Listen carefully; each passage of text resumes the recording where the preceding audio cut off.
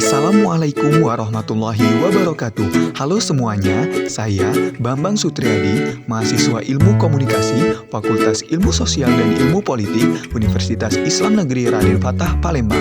Pada video kali ini, saya memenuhi tugas mata kuliah Komunikasi Antar Budaya, yaitu lebih tepatnya saya akan membahas asumsi-asumsi komunikasi antar budaya.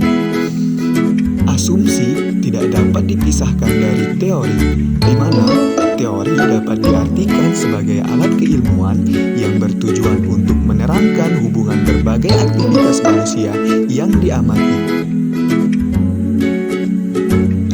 Proses pembentukan kajian komunikasi antar budaya harus didukung dengan apa yang disebut asumsi-asumsi teoritik. Jadi, jika kita bicara tentang ilmu komunikasi, maka sudah tentu ilmu komunikasi mempunyai teori-teori. Dan teori itu berguna untuk menerangkan berbagai aktivitas komunikasi antar budaya. Adapun asumsi-asumsi komunikasi antar budaya yaitu 1. Komunikasi antar budaya dimulai dengan anggapan bahwa ada perbedaan persepsi antara komunikator dengan komunikan. 2. Komunikasi antar budaya terkandung isi dan relasi antar pribadi. 3. Gaya personal mempengaruhi komunikasi antar pribadi. 4. Komunikasi antar budaya bertujuan untuk mengurangi tingkat ketidakpastian. 5. Komunikasi berpusat pada kebudayaan. 6. Efektivitas antar budaya merupakan tujuan komunikasi antar budaya. 6 asumsi atau pernyataan teoritis di atas merupakan bagian dari teori-teori komunikasi. Di antaranya adalah sebagai berikut. Pertama, perbedaan persepsi antara komunikator dengan komunikan. Perbedaan iklim antara komunikator dengan komunikan merupakan asumsi dan bahkan prinsip utama dari komunikasi, terutama komunikasi antar budaya. Karena adanya perbedaan iklim budaya tersebut, maka pada umumnya perhatian teoritis atau praktis dari komunikasi selalu difokuskan pada pesan-pesan yang dihubungkan individu atau kelompok dari dua situasi budaya yang berbeda. 2. Komunikasi antar budaya mengandung isi dan relasi antar pribadi. Secara ilmiah, proses komunikasi antar budaya berasal dari relasi sosial antar budaya yang menghendaki adanya interaksi sosial. 3. Gaya personal mempengaruhi komunikasi antar budaya. Gaya komunikasi antar pribadi dapat diterangkan secara kognitif maupun sosial. Beberapa orang memiliki gaya komunikasi yang menunjukkan dominasi, tapi sebaliknya, beberapa orang memiliki gaya komunikasi yang submisif. 4. Tujuan komunikasi antar budaya mengurangi tingkat ketidakpastian. Salah satu perspektif komunikasi antar budaya menekankan bahwa tujuan komunikasi antar budaya adalah mengurangi tingkat ketidakpastian tentang orang lain.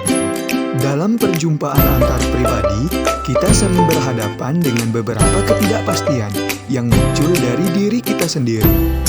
Usaha untuk mengurangi tingkat ketidakpastian itu dapat dilakukan dengan interaksi. 5. Komunikasi berpusat pada kebudayaan. Kebudayaan yang meliputi seluruh kemanusiaan itu sangat banyak. Hal tersebut meliputi seluruh periode waktu dan tempat. Artinya, komunikasi merupakan bentuk metode teknik proses sosial dari kehidupan manusia yang membudaya. Maka, komunikasi adalah sarana bagi transmisi kebudayaan. Oleh karena itu, kebudayaan itu sendiri merupakan komunikasi. Bagian uraian tentang kebudayaan dan komunikasi sekurang-kurangnya ada 2 jawaban. Pertama, dalam kebudayaan ada sistem dan dinamika yang mengatur tata cara pertukaran simbol-simbol komunikasi. Kedua, hanya dengan komunikasi maka pertukaran simbol-simbol dapat dilakukan dan kebudayaan hanya eksis jika ada komunikasi. 6. Efektivitas antar budaya merupakan tujuan komunikasi antar budaya.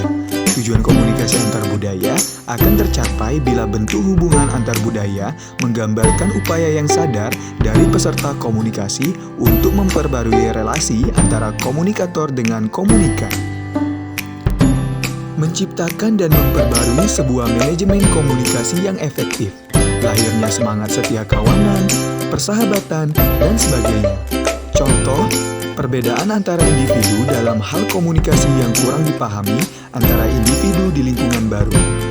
Karena hal tersebut dilatar belakangi oleh perbedaan budaya. Akan tetapi, hal itu terus diadaptasi oleh masing-masing individu sehingga menciptakan komunikasi yang baik yang merupakan tujuan komunikasi antar budaya.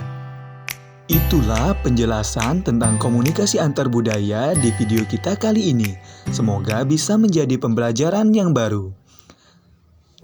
Terima kasih.